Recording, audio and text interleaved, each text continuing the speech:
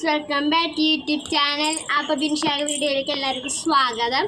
അപ്പോൾ ഇന്ന് ക്യാമറമാനാണ് കളിയും കൊണ്ട് വന്നതാണ്. എന്താ നമുക്ക് അറിയത്തില്ല, ക്യാമറമാൻ ചോദിക്കാം.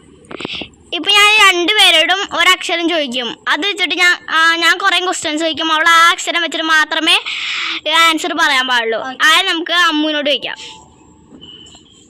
അമ്മുവിന് തന്നിരിക്കുന്ന അക്ഷരം എ. അമ്മയുടെ പേരെന്താ?